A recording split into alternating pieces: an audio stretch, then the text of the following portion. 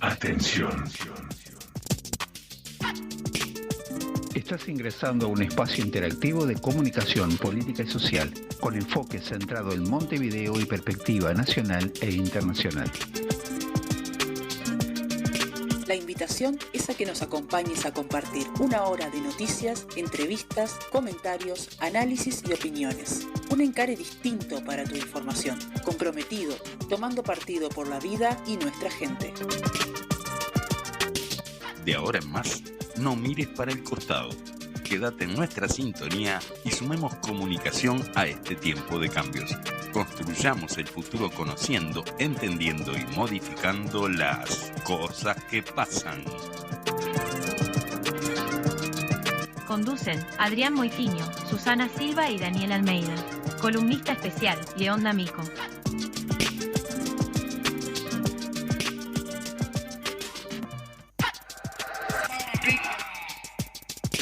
Muy buenos días a la audiencia, ¿qué tal? ¿Cómo están? Bienvenidos a un nuevo programa de Cosas que Pasan en Montevideo y un poco más. ¿Cómo están? Buen día. Buen día, calma, Su. con Buen calma, día, Adrián. con calma. Es que vengo acelerado porque vengo a las corridas. Llegué Buenos días, justito. buenos días. Muy Bien, buenos bien. días. Bueno, decíamos un nuevo programa. Número 5. Sí, bueno, yo ahí tengo algún matiz porque No. Yo vi una placa de la producción que decía para el 1 de mayo programa especial, o sea que hubo programa. Era una transmisión Pero bueno, en vivo, pero en no fin. era un programa que nosotros estuviéramos haciendo. En tantos no estuve yo y se hizo. No. Vos Se contó igual. sos uno más. Por eso, pero bueno, en este caso fue un programa en el que no tuvimos ninguno para mí, pero bueno, eso después empiezan los líos. Programa No, número ya está 96 aclarado, cuando era el 97 Está aclarado, eso ya y está así aclarado. sustantivamente, dijeron. Bueno, cosas que pasan, ¿no? Exacto. Vamos a decir el número de comunicación con nosotros, 092-41-1001 y redes. Ahí va, en redes, cosas que pasan, o en Spotify, también nos pueden seguir buscando por Voces de Montevideo, ¿verdad? Sí. Exacto. Es así. Bueno, Bueno, en Daniel, fin. ¿qué vamos? Hoy, mira, traíamos una propuesta un poco Dale. distinta. Le vamos a pedir a Fede que de arranque, nomás cómo está Fede, buen día. Fede Lima en los controles, como siempre, le vamos a pedir que arranque con un audio, algo musical carnavalero que a mí en lo particular me gusta mucho. Y después explicamos qué es. Ahí va. Dale. Se remata el blindaje mediático. El blindaje mediático, los medios de comunicación arriman al remate ambulante. El blindaje mediático porque los medios se están dando vuelta de a poquito. Con el blindaje hay que estar remil atento. No hay que olvidar que es para tapar que el presidente, en una nota que brindó en su momento, se le notaba la pelada incipiente. Y para tapar ese momento vergonzoso, salieron con la información de que a su perro le destinaba una cifra extravagante y que a Arazoya le mandaba 4 puerros. Y para taparlo del perrito malcriado, filtraron que la Loli hizo de las suyas y reformó todita la mansión de Suárez. Y bien al pedo porque ahora ni la usan. Para tapar eso se informó lo de Cardoso y aquella guita que pagó en publicidad a una agencia que al final no existía, justo en un año que nadie podía entrar. Y para tapar que él es ministro de Turismo, en ese año duplicó su patrimonio. Sacaron la noticia de que el presidente al otro día dividió su matrimonio. Que además fue para tapar lo del pescado, que la familia de Manini son colonos. Que para tapar que al pobre Heber se le escapan todos los narcos, hasta se le escapa un mono. Y para taparlo se filtró lo de Marcet, y para taparlo se filtró lo de Astesiano, y para tapar su velada jubilatoria, y para tapar saltos que el puerto regalaron, y para taparlo hasta lo de Montepaz, y para taparlo hubo faltantes de remedios, y para tapar fundieron Casa de Galicia, y para taparlo persiguieron a los medios, y para tapar saltos que el agua que es del pueblo, la privatizan a espaldas de la gente, y para tapar que hicieron pinchas celulares de estudiantes, funcionarios y docentes, y para taparlo hicieron renunciar a H, y ahora la del PCNT fue investigado, y para tapar Colonia está haciendo la vida, y para taparlo Peña no era licenciado. Por favor, no aguantaba más. Y para tapar Fossati le da 4 años, y para tapar le hace la cama a Leal, y menos mal que solamente hay 3 ruedas, porque que si no está parte no termina más. Pero por suerte acá estamos bien despiertos y no nos vamos a olvidar que este torrente de información que es puro humo irrelevante es para taparlo de la pelada incipiente. Bueno, estábamos escuchando el mejor cuplé de este carnaval 2023, que fue La Tapadita de la Murga Saltante con Patente, que a su vez ganó el primer premio. Y bueno, ¿y por qué pasábamos esto? La Murga, en las 3 presentaciones que tuvo en el carnaval, en el concurso oficial, en un par de semanas entre una y otra, iba agregando elementos a este cuplé, porque bueno, seguían sucediendo cosas. Entonces, proponemos una especie de juego, algo lúdico. Hoy pasaron 2 meses desde que terminó carnaval. Exacto. Y parece que esta lógica sigue, ¿no? O sea, en esta ironía que planteaba Asaltantes con Patente, de que las cosas suceden para tapar una a la otra. Ayudamos a los letristas. Exacto. Ahí está. Estaría bueno, digo, colaborar con los letristas. Darle material, digo, a Camilo Fernández, a Cristian Ibarzábal, a Maxi Pérez, digo, que fueron los letristas de Asaltantes con Patente, darles un listado, digamos, nuevas ideas, como para continuar con el cuplé en este momento. ¿Qué les parece? Bueno, dale. Estar en el teatro, van a estar, no me acuerdo. Sí, si hubiéramos hecho antes este programa le podíamos haber dado, le podíamos haber dado elementos para que agregaran en la parte de la tapadita. Pero bueno, lo que sí tenemos que tener claro de que hay un montón de cosas para incluir en esto, en esa lógica de que se plantea de que todo es para tapar el problema capilar, digamos, de nuestro presidente, ¿verdad? O sea, son cosas intrascendentes, humo irrelevante, decían valga la comparación asaltantes. De lo capilar, ¿no? Ahí está. Exactamente. Bueno. Así que bueno, ¿qué les parece? Desde que terminó el carnaval, por ejemplo, lo que pasó, que yo me acuerdo, es que, bueno, las autoridades de la enseñanza quisieron arrebatarle al gremio estudiantil de IABA el salón sindical, el salón gremial, que usufructúan hace más de 13 años, y bueno, a partir de eso, o a raíz de eso, como el director no quiso usar la fuerza para recuperar ese bien tan preciado de las autoridades de la enseñanza, bueno, se generó un conflicto porque lo sumarean, le aplican un sumario al hombre con medio sueldo, digamos, y bueno, y a partir de ahí se genera... Exacto, sí. Insubordinación. Esa era la palabra, ¿no? O sea, tremenda. Y bueno, evidentemente esto también fue para tapar lo que venía sucediendo hasta el carnaval, ¿no? Sí.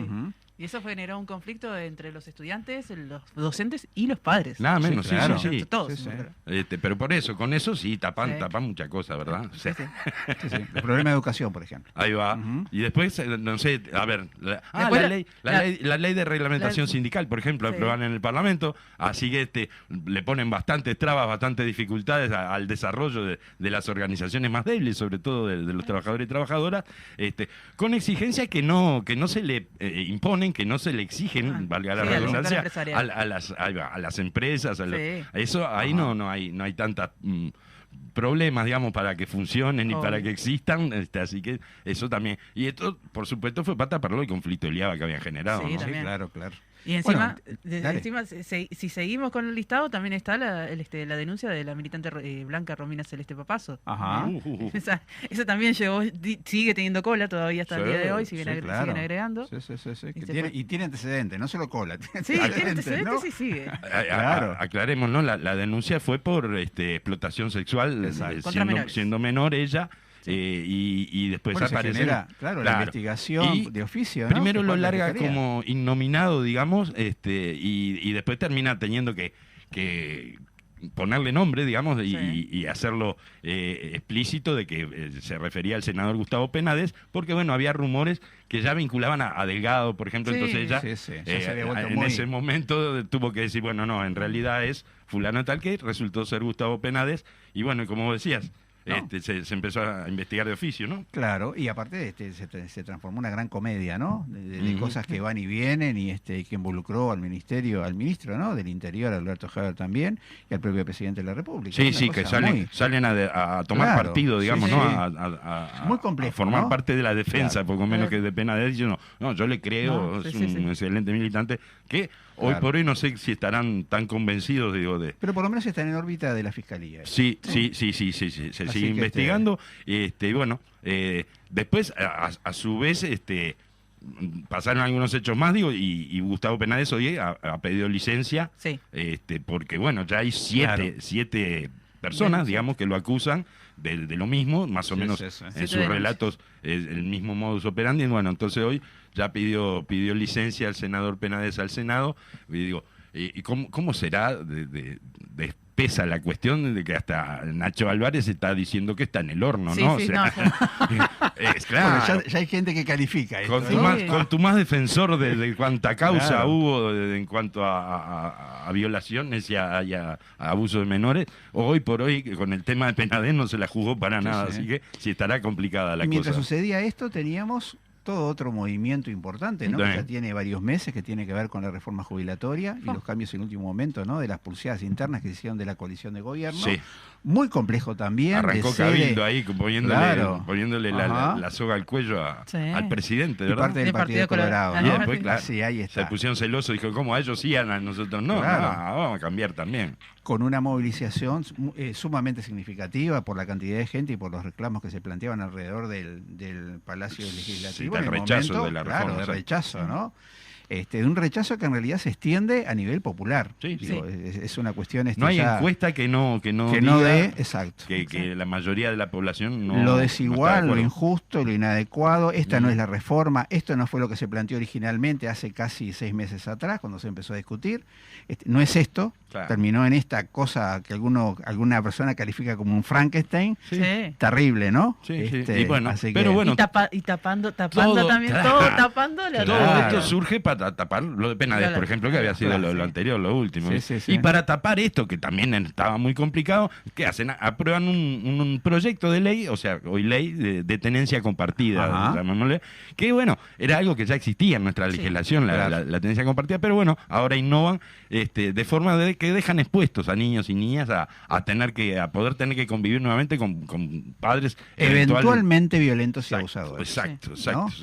Que fundamentalmente se desarrolló toda la cuestión a partir de estos últimos términos. Todos los organismos que tienen que ver con el tema de la niñez, de la adolescencia, condenan, rechazan esta ley nueva que aprobaron, pero bueno, necesitaban taparlo de la reforma jubilatoria, obviamente. Así que es entendible que ahora sacaron nuevos audios de Esteciano también. Sí, es verdad, nuevos audios de Esteciano que aparecieron ahí. Y no irrelevantes. No irrelevantes. Acusando, vinculando directamente al secretario de Presidencia, Álvaro Delgado, de mentir sobre la autorización del ingreso de 2 ciudadanos rusos en pandemia. Ahí va, que Delgado dice, yo firmé eso como las tantas autorizaciones que firmé en ese momento. Ahora resulta que parece que se reunió con esta gente, no era tan como tantos otros, porque supuestamente venían a invertir, a comprar un frigorífico y demás, que después no sucedió, pero bueno, no tenía nada que ver, la autorización no tenía nada que ver con las causas que habilitaban, digamos, el ingreso a nuestro país. En este caso se salteó por arriba, se pasó por arriba de eso,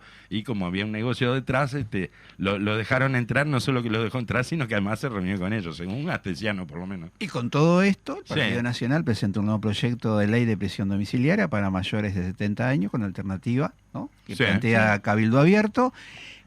Claro. En bajar la edad en general y con el objetivo de principalmente beneficiar a los militares, ¿no? Todo esto en el medio de toda esta discusión de la reforma jubilatoria y...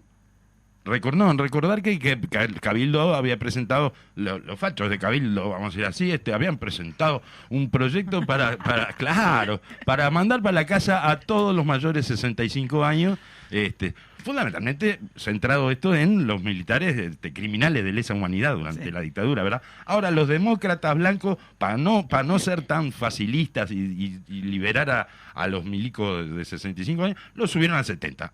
Eso sí. Ahora sí, ahora es durísima. La ley ahora no es tan condescendiente con los militares. Tienen que tener 70. Todos tienen 70, ¿no? Pero bueno, no importa. Una pregunta para los dos. Sí. ¿Toman mate habitualmente? Sí. ¿No les notaron un gusto particular? Salado. Salado y con alguna dureza mayor del agua. Salada, sí. Porque esto arranca, si ustedes recordarán, hace casi un año, ¿no? O por lo menos fue parte de la discusión del año pasado, que tenía que ver con la potabilización del agua en general, pero con 2 proyectos, el proyecto Casupá y el proyecto, a ver si recuerdan. al Neptuno. Neptuno, ¿no? Sí, Bien. El que está corriendo, digamos, que sigue en carrera, ¿no? Exactamente. Bueno, hoy tenemos las consecuencias como parte de esa aprobación y toda esa discusión que se dio a nivel de Parlamento también, ¿no? Y sí. Es así. Y bueno, y para cerrar, vamos rapidito a lo último, porque se nos viene la columna de León.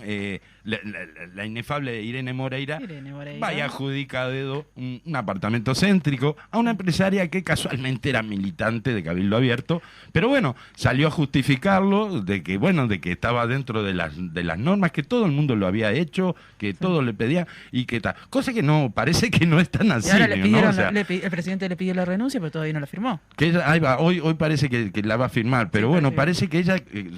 no sé, creyó que por ser bien. Ella tenía un cupo personal que podía repartir casas porque era la hada madrina de la vivienda y se la dio a esta señora.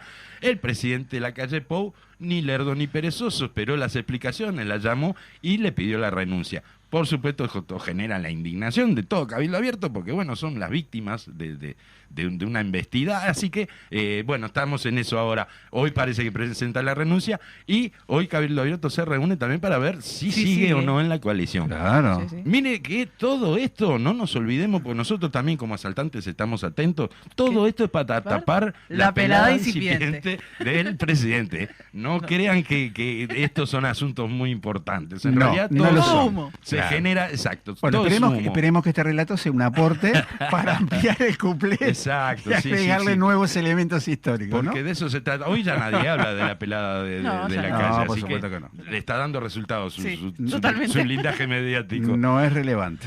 No es relevante. Vamos, ¿qué les parece si vamos rapidito entonces a la columna apunte de nuestra historia? La columna viene grabada ¿por qué? el día de hoy. Y vamos a aclarar, es un buen momento para aclarar a la audiencia que nada en este programa está guionado. Mentira. Ni siquiera las grabaciones. No totalmente. Somos tan prolijos nosotros, no puede ser eso. No totalmente. Pero está grabado porque hoy es el cumpleaños de Francisco D'Amico. Exacto, que es el hijo de nuestro querido compañero y amigo León D'Amico. Así que un saludo, un beso grande para Francisco y para sus padres también, que deben estar muy contentos, felices, festejando ese cumpleaños. Daniel, anuncia el contenido del audio de hoy. Del trabajo sobre apuntes. La columna, hoy viene sobre un tema que había sido mencionado ya en varias oportunidades y vamos hacia el tercero, por lo tanto hoy se va a dedicar a introducir el tema del primer Congreso del Pueblo. ¿Qué les parece? Bárbaro. Así que arriba, mandame el audio, Fede.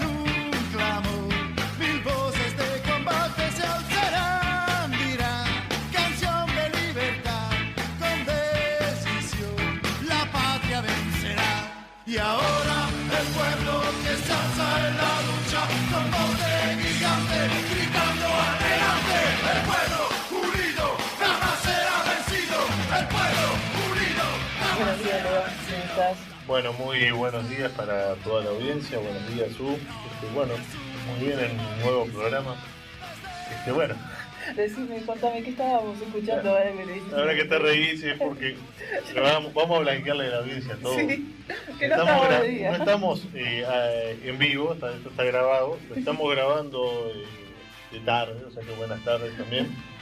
Además que nos pueden escuchar los que nos escuchen en Spotify, en cualquier momento del día. Buenas tardes, buenas noches, buenos días. La hora que nos a la hora que nos esté escuchando. Y además, tu risa viene porque estamos grabando por segunda vez. Sí. Que la primera vez yo hice esta aclaración y ahora no la iba a hacer. Y bueno, buenos días. Buenos días. Buenos días para todos. Contanos, ¿qué versión del tema estábamos escuchando? Sí, estábamos escuchando El Pueblo Unido Jamás Será Vencido, el clásico de los Quilapayún, en una versión de Banda Basotti, que es un grupo italiano de ska, de rock and roll, que toma, o sea, son comunistas y además toman canciones latinoamericanas y las versionan en este estilo. Muy interesante. Sí, muy buena banda, me gusta mucho. ¿Qué tema vamos a hablar en el momento? Bien, vamos a estar hablando hoy y seguramente los sucesivos lunes de un tema que va a estar, o sea, ya viene estando en la agenda, pero se va a empezar a escuchar cada vez más, que es el Congreso del Pueblo. Pero no vamos a hablar del tercer Congreso del Pueblo que se va a realizar este año, o sea, que ya se viene realizando, porque en realidad es un proceso de reuniones, otras cuestiones que se viene llevando adelante ahora, pero que va a culminar con 2 o 3 días de congreso propiamente dicho, donde va a ser la síntesis de todo lo que venimos trabajando. Bien, pero si hay un tercer Congreso del Pueblo, es porque ya hubo 2. Sí, es como hubo una Segunda Guerra Mundial, después como una primera. Por lo tanto, la idea nuestra no es hablar del tercero ni del segundo, que fue en 2008, sino remontarnos a la década del 60 y hablar del primer Congreso del Pueblo, el Congreso del Pueblo, que no se llamaba primero. No, porque no sabían que iba a ser. No sabían que iban a existir 2 instancias posteriores. Pero ese primer Congreso del Pueblo que marcó un antes y un después en el estado de situación de las capas populares, ¿no? Del pueblo organizado, llamémosle. Sí. Porque además se da en el medio de una década, que los oyentes que nos vienen siguiendo un poco más, recordarán que es la década de la unidad, que son los 60. Sí. Que es el momento donde todas las expresiones populares del pueblo se van organizando y se van uniendo cada vez más hasta y se empiezan a hacer visibles, o sea, las voces esas empiezan a ser más visibles. Exactamente, pero nosotros podemos ponernos a historiar y ver qué intentos de unidad hubo en todo, desde que existe el movimiento obrero, desde que existe la izquierda en el Uruguay. Pero es la primera vez que, o sea, es cuando se empieza a cristalizar en un largo proceso que recoge las luchas de los años 10, 20, 30, 40 y 50, pero en esta década, larga década de los 60, que podemos ver que inicia en el 58 y termina en el 73, sí. En esto de que tenemos los que estudiamos historia, de que las décadas no son 10 años, sino que pueden ser un poco más largas. Sí, es una era, ¿ves? Claro, son procesos que inician con un acontecimiento X y culminan con otro y cierran una etapa grande, que es una década larga. Y si Hobsbawm achicó un siglo a 70 años, podemos ponerle 3 o 4 años más a una década. No hay ningún problema con eso. Pero esa larga década de los 60, que es una década de luchas, de agudización de la lucha de clase, sí, de recrudecimiento de la violencia, y eso es algo que lo hemos hablado muchísimas veces. Cuando se habla de la violencia armada de la izquierda, nosotros recordamos que la violencia surge desde arriba y financiada con dinero de los Estados Unidos, sí, a principios de la década del 60. Uh-huh.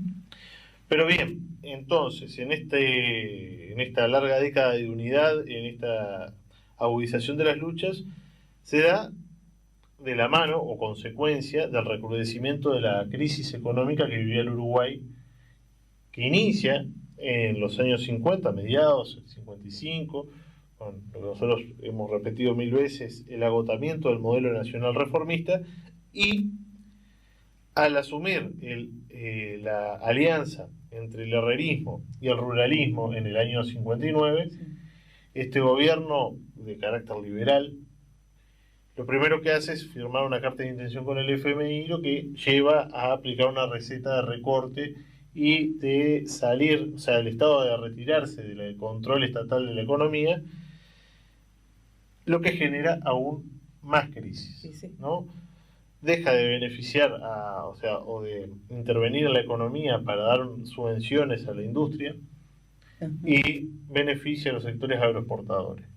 Y ni hablar de que nos endeudó por... Nos endeudó por un largo aliento, por bastantes años, pero inicia una tradición de endeudamiento que va a seguir hasta el año 2005. Sí. Pero si nos ponemos a ver, los ciclos de las deudas externas del Uruguay arrancan acá y terminan con el primer gobierno frente amplista, que es cuando se salda esa deuda eterna que decía Fidel. En vez de deuda externa, la deuda eterna, que sí, es impagable. Pero bueno, este gobierno, que no es del Partido Nacional, sino que es de lo más, el ala más de derecha del Partido Nacional, con este grupúsculo entre la alianza herrero-ruralista. Claro, el ruralismo, el movimiento nacional ruralista, que tenía componentes fascistas muy importantes, triunfa y empieza a llevar adelante este paquete de medidas en lo económico, lo que agudiza esa crisis que había iniciado a partir de los 50, y con ello hay una agudización de la lucha de clases. Claro. O sea, si a nosotros nos están sacando salarios, nos estamos quedando sin trabajo y el aumento de los precios va cada vez más arriba, la gente se molesta. La lógica es que haya un aumento de la protesta social. Exacto. Y es lo que pasa durante toda la década de los 60 hasta llegar a su pico más alto, que es el año 73. Sí. Pero bien, en este momento estamos en la década de la unidad de las izquierdas, o sea, de la unidad popular, podríamos llamarle, sí, y tenemos el agotamiento de los partidos tradicionales, ¿no?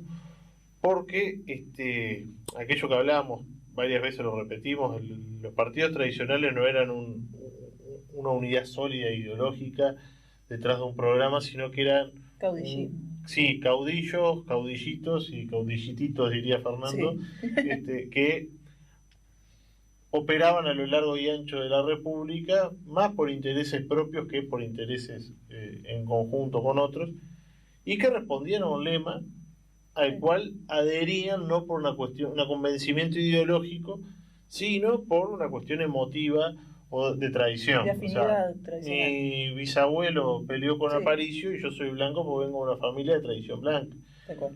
Pero no hay una ideología que sustente porque soy blanco, sino más una cuestión emotiva. Sí. Lo mismo en el Partido Colorado. Y estos dos partidos se vienen agotando en su capacidad de dar respuesta a los problemas de la población. Por lo tanto, frente a eso, o sea, que se vengan agotando no quiere decir que vayan a perder, porque de hecho no pierden hasta el año 2004. Exacto. ¿No? Pero hay un agotamiento. Sí, la gente no les reclama respuestas, pero tampoco los deja de votar en ese sentido. Empieza a reclamarle respuestas. Empieza a reclamarle, empieza a salir a la calle y de a poco los empieza a dejar de votar. Porque estos son procesos largos, no son de la noche a la mañana. Y estamos en esta cuestión de la unidad. Y la primera expresión de la unidad se da a través de los trabajadores, que si bien dijimos al principio, experiencia de unidad desde que existen los sindicatos en el Uruguay, acá se empieza a cristalizar a partir del año 61 con la Central de Trabajadores del Uruguay, la CTU, y un llamado que hacen varios sindicatos, entre ellos los textiles, a generar una unión de todos los sectores populares para dar respuesta a la crisis que se está viviendo. Esta Central de Trabajadores del Uruguay, que vendría a ser como un antecedente inmediato de la CNT, discute y elabora un documento llamado Condiciones de vida de los trabajadores y situación económica del Uruguay. Este documento es la síntesis de meses, semanas, días de intensas discusiones y es la síntesis de la creación de esta central, ¿no?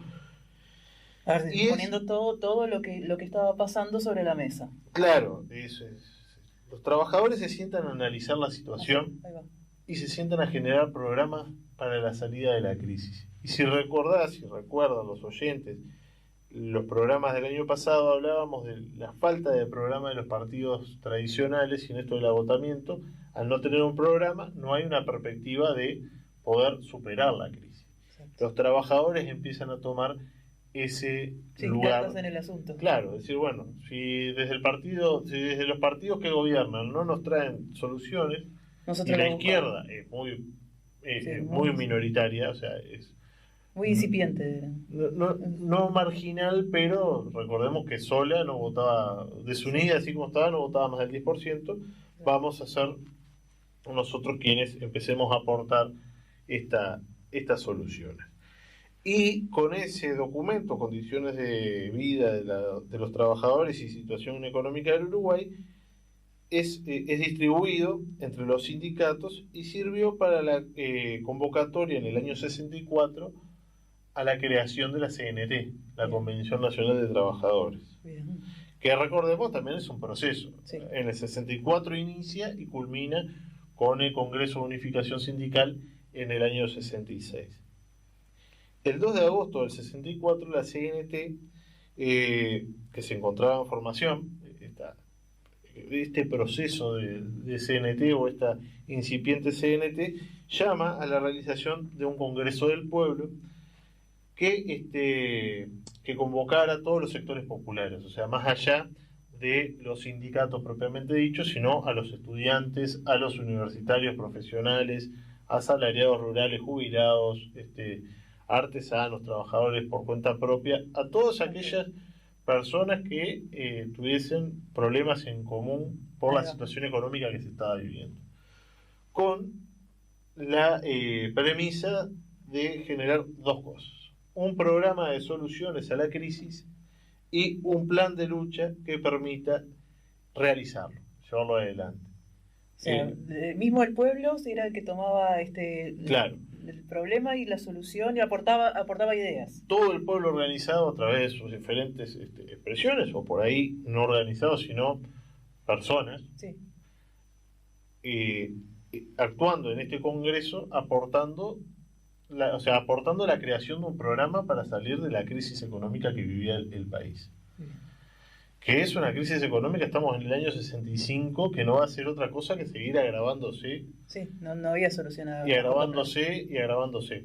Entonces, es por eso que se llama al Congreso del Pueblo, ¿no? Principalmente para generar un programa de soluciones a la crisis y un plan concreto de lucha que permita aplicarlo. Claro. O sea, no es solamente... No la teoría solamente. Claro. No es solamente venir con un programa precioso armado y decirle, señores gobernantes, aquí tienen, sírvanse, sino que además de esto vamos a pelear para que se aplique. Bien. Pero de esas cuestiones más programáticas, más de contenido y de repercusión sobre qué significó este Congreso, vamos a estar hablando el próximo lunes. Perfecto. Bien, solo para que lo sepa la audiencia, el llamado era que se realizara esas fechas congresales para el 12 y el 15 de agosto del año 65. Y va a ser un mojón importantísimo en este proceso de unidad de la clase obrera y la unidad de todo el pueblo. Bien, está bueno saberlo porque como ya estamos proyectando el tercer Congreso del Pueblo, está bueno refrescar la memoria un poco por cómo fue el proceso del primero. Sí, está bueno tener idea porque el segundo fue en el 2008. Sí, y que mucha gente no sabe. Mucha gente ni siquiera lo recuerda el del 2008, no. Mucho menos el del 65. Exacto. Pero ver que obviamente los momentos históricos no son los mismos, pero hay muchos elementos en común. Muchos puntos en común. Entre lo que estamos ahora y lo que pasaba en el plano de la economía. Sobre todo eso. Sí, no, sobre el plano de la economía, porque en el plano social había... ya lo hablamos en otros programas, en los 60 habían elementos fascistas, sí, organizados actuando, y cuando decimos actuando, matando, sí, y atacando personas. Que eso, por suerte, no sí, hoy no lo tenemos. Pero en el plano económico sí hay coincidencias bastante que no son llamativas para los que conocemos la historia, y a los que hemos estudiado y sabemos lo que es, cómo actúa el herrerismo y sus diferentes alianzas. Tal cual, totalmente. Bueno, entonces el próximo programa... El próximo lunes estaremos hablando más en concreto de los contenidos y de qué repercusiones trajo este primer Congreso del Pueblo. Excelente. Nos hablamos el próximo lunes. Nos estamos viendo. Bueno, volvemos en la segunda parte de este programa número 5. Bueno. 5. Dejen de pelear. De cosas Definamos que como pasan. 5. Y bueno, como siempre, en esta segunda parte vamos a ir a la entrevista central. ¿De qué se trata, Adrián? Contanos. Bueno, se trata hoy de la discusión sobre los consejos de salarios y la negociación colectiva, que está ahí en Las Gateras. Muy bien. Y hoy contamos con la presencia del economista Bruno Giometti, integrante del Instituto Cuesta Duarte del PIT-CNT. Así que bienvenido, Bruno.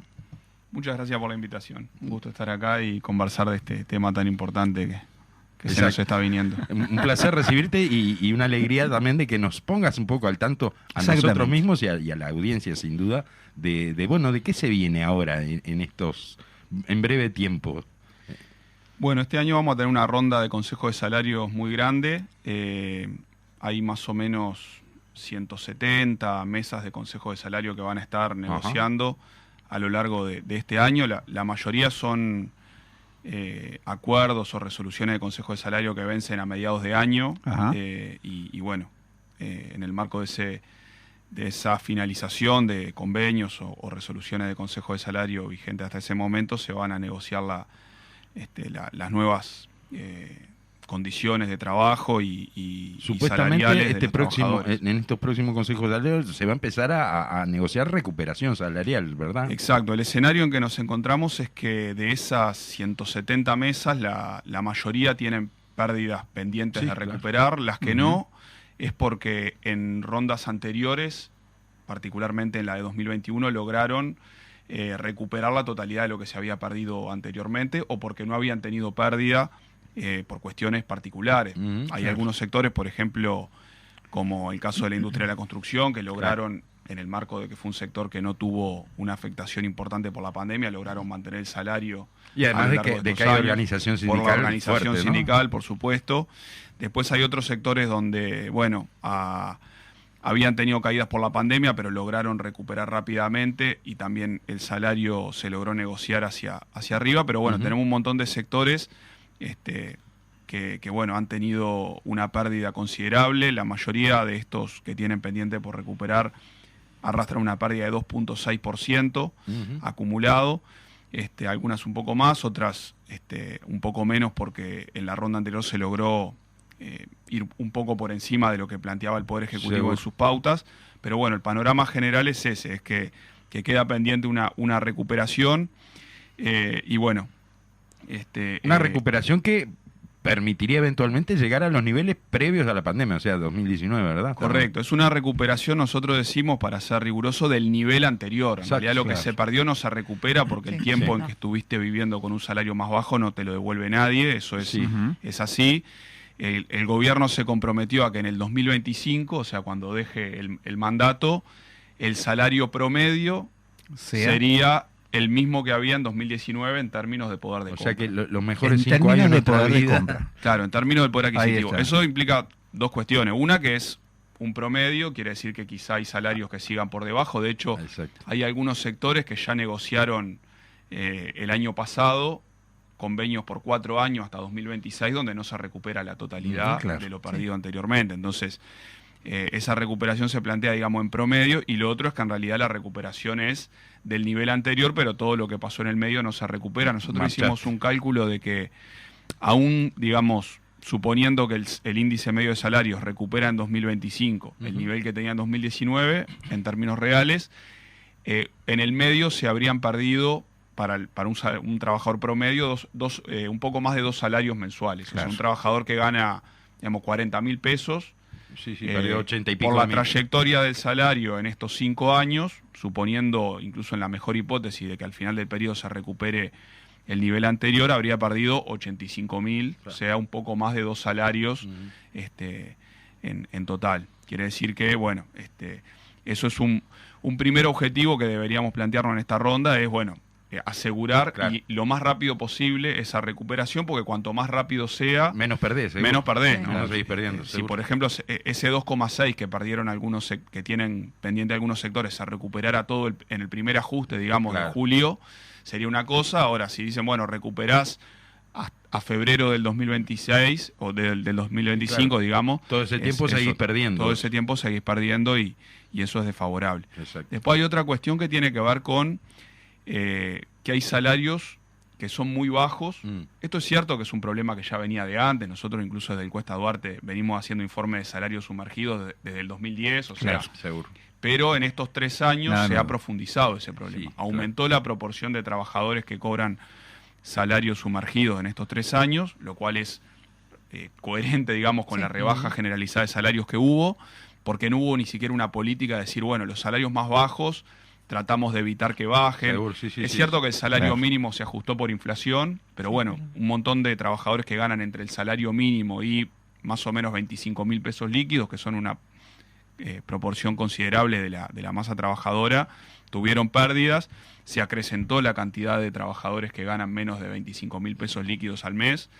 Y bueno, eso, una buena parte de esos, nosotros lo medimos para los ocupados, que es, digamos, también incluye los trabajadores por cuenta propia, que no son pocos, pero hay más o menos 320.000 asalariados, o sea, personas que viven de su salario, que cobran menos de 25.000 líquidos por 40 horas de trabajo al mes. Entonces, estamos hablando de casi un tercio del total de los trabajadores privados, porque bueno, es un fenómeno que afecta más a los privados que a los públicos, naturalmente, pero bueno, eso sería como otro planteo, decir, bueno... Más allá que en el sector público también hubo pérdida, También hubo pérdida, quizá desde un nivel promedio un poco más alto. Pero no, en términos de valores absolutos, digamos, superan los 25. Exacto, que igual muchos son salarios bajos. Nosotros hemos planteado que en el sector público, bueno, el gobierno...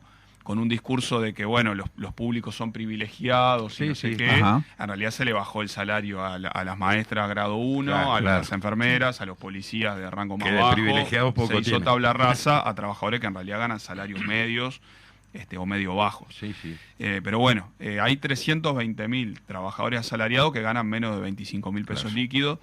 Eso debería ser contemplado también en la negociación, más allá de que debería haber una recuperación general, porque todos los trabajadores o la gran mayoría perdieron. Pero de repente priorizando ese sector más perjudicado y que viene arrastrando y que de alguna forma también explica esto, el aumento de la pobreza. Uno a veces piensa, bueno, la pobreza son sectores los que no quieren trabajar, los que no quieren trabajar, los que cobran planes sociales. Y en realidad la mayoría de las personas en Uruguay que cobran planes sociales también son trabajadores. Lo que pasa es que son trabajadores que ganan muy poco o trabajan pocas horas porque no pueden hacerlo más tiempo, porque son subempleados. Informales. Entonces todo eso debería ser contemplado también en la negociación colectiva.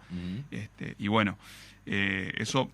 ya lo adelantó el presidente del PICNT en el 1 de mayo, eso es parte de la orientación, el tema de la recuperación y también otras cuestiones que no hacen directamente al salario, pero que son importantes tener en cuenta, como el tema de las condiciones de trabajo, los beneficios, la reducción de la jornada laboral como un planteo estratégico. Seguro. Que también hay que incorporar a la adecuarnos al avance tecnológico, digamos, que no sea pérdida para los trabajadores, pérdida de puesto de trabajo, sino que se adecue, digamos, mediante la reducción de la jornada laboral, por ejemplo, ¿no? Sería si bien a veces se lo ha ridiculizado el planteo, como diciendo, bueno, qué fácil plantear la rebaja de la jornada, pero en realidad si uno lo piensa con una cabeza de largo plazo y de histórica, digamos, tomando un poco la columna que teníamos recién, que hablaba de tiempos anteriores. Bueno, las 8 horas son de la década de principio de siglo, de hace 100 años. Del siglo XX. Exacto. En su momento, si uno lee la discusión parlamentaria en ese momento, se planteaba lo mismo que ahora, que era imposible, que las empresas iban a fundir, que era una cosa utópica. Los mismos argumentos, ¿no?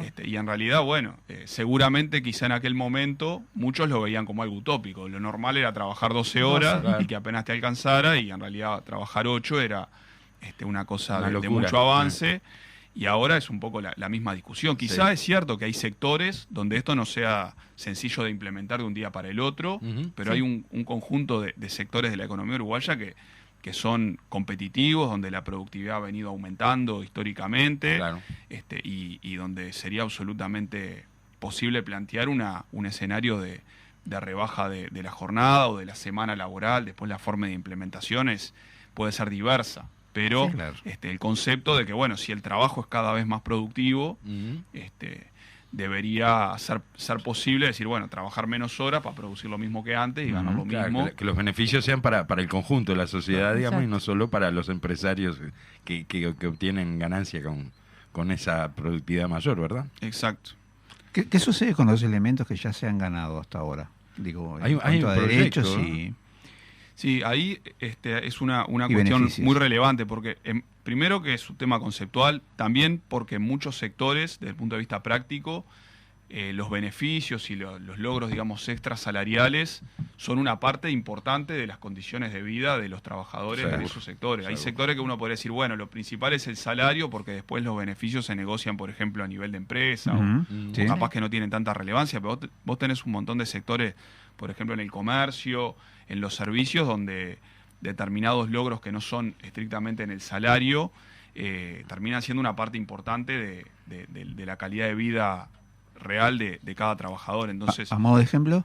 Y bueno, en el comercio, en los supermercados, en las tiendas, en sectores que por ejemplo cobran una comisión o cobran alguna parte del salario en forma de ticket, que si bien no es lo ideal, porque los tickets no generan aportes, por ejemplo, pero muchas veces desde el punto de vista práctico han sido la forma que se han logrado instrumentar mejoras económicas y que no son estrictamente en el salario, pero termina siendo capaz que, no sé, el 20% de su ingreso total que tiene ese trabajador o las comisiones. Bueno, es relevante tenerlo.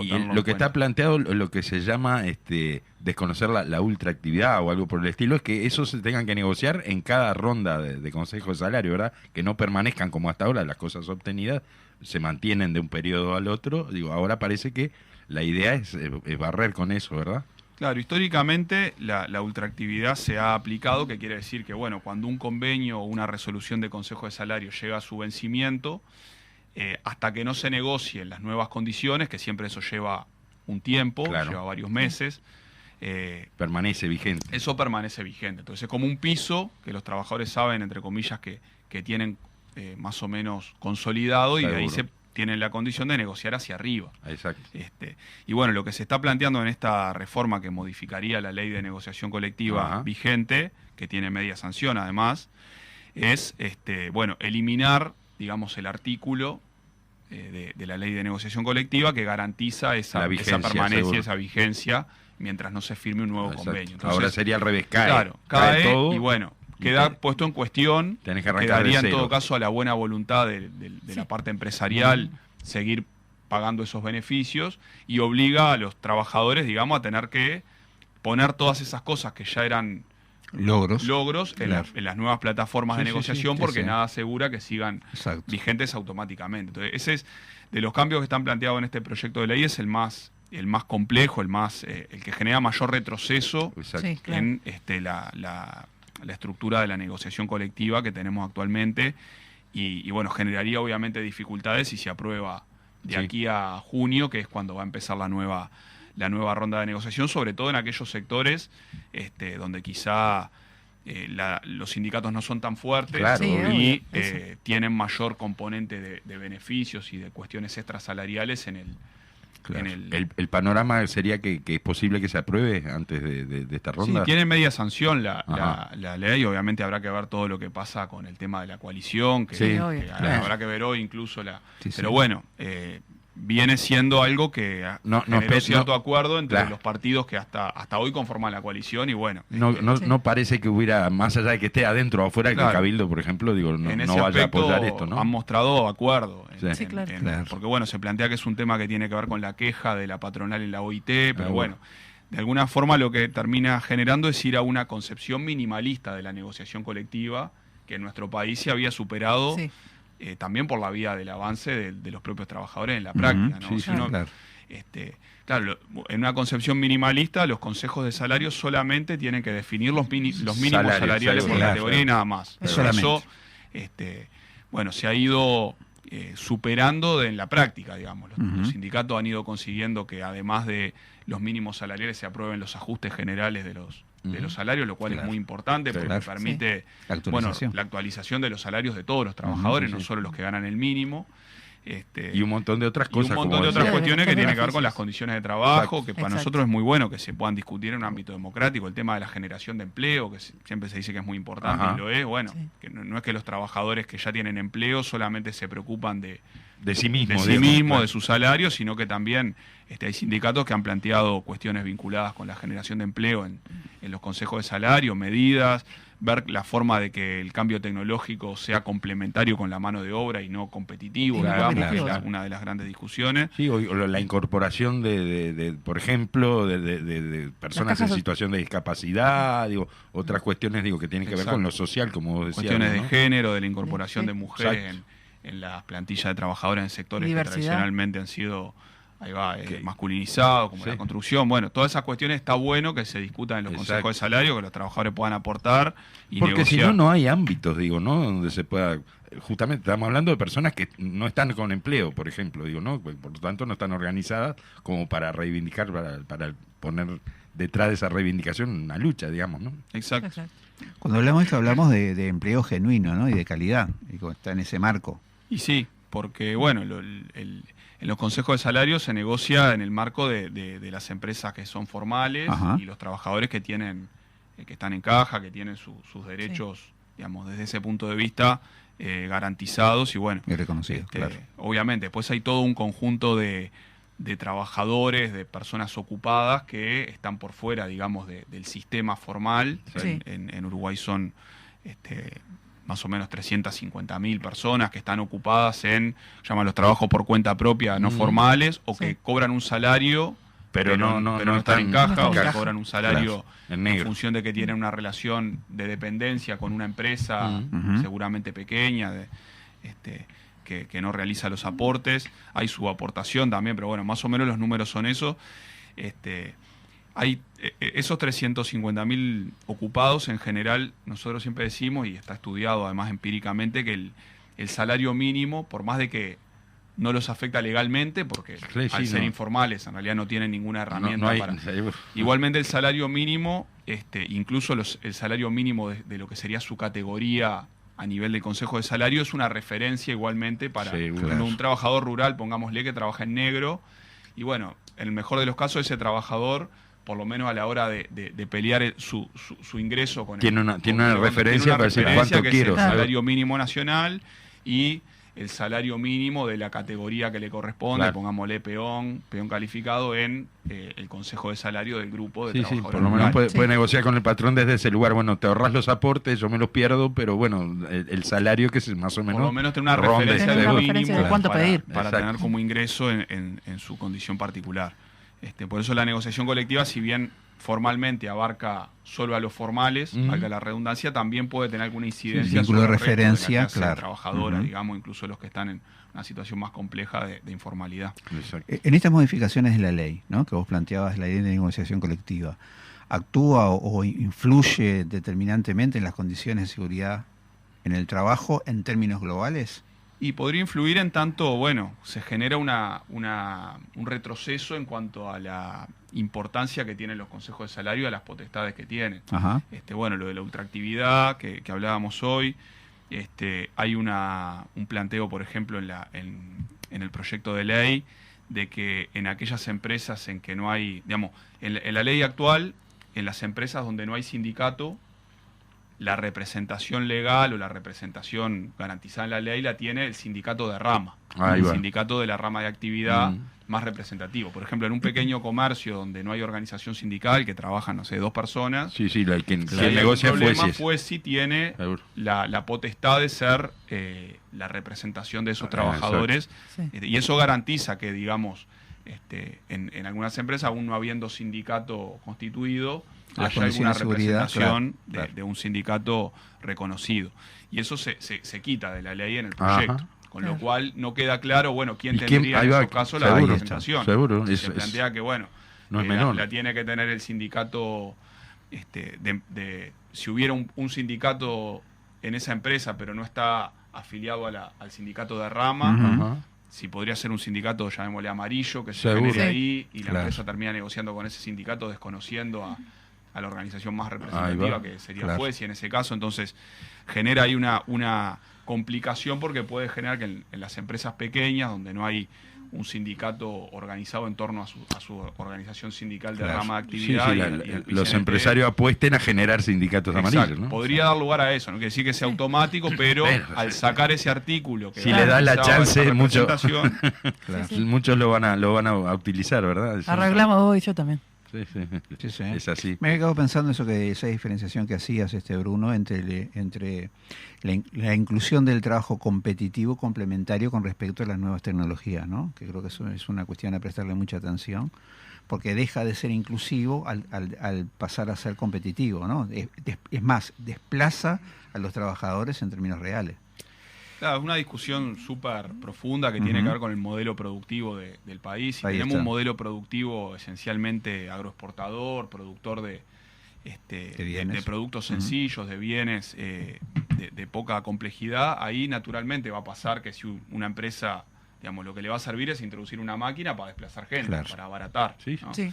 O sea que para ir a ese modelo, digamos, donde la tecnología sea complementaria con el trabajo, tenemos que ir a un modelo económico donde haya sectores de mayor calificación, de mayor complejidad tecnológica, en el buen sentido del término, que permita una articulación, digamos, más sinérgica, más genuina entre trabajadores cada vez más calificados. Eso también tiene que ver con la educación, con la formación profesional, se engancha con todo, y que haya incorporación de tecnología, pero que eso no implique sacar gente, que sea como favorable a las empresas que lo hacen, pero también a los trabajadores que se van incorporando en esa producción de nuevos bienes, de nuevos servicios. La parte de incorporación de tecnología como que es inevitable, digo, ¿no? O sea, si no caemos en lo que pasaba hace 200 años, que era, bueno, a romper las máquinas. En realidad eso debería terminar, quizá en el momento puede parecer lo más razonable para los trabajadores, pero a la larga es un problema. No se frena el avance. Lo que vas a tener es una economía más atrasada que va a empezar a hacer agua por otros lados. Entonces,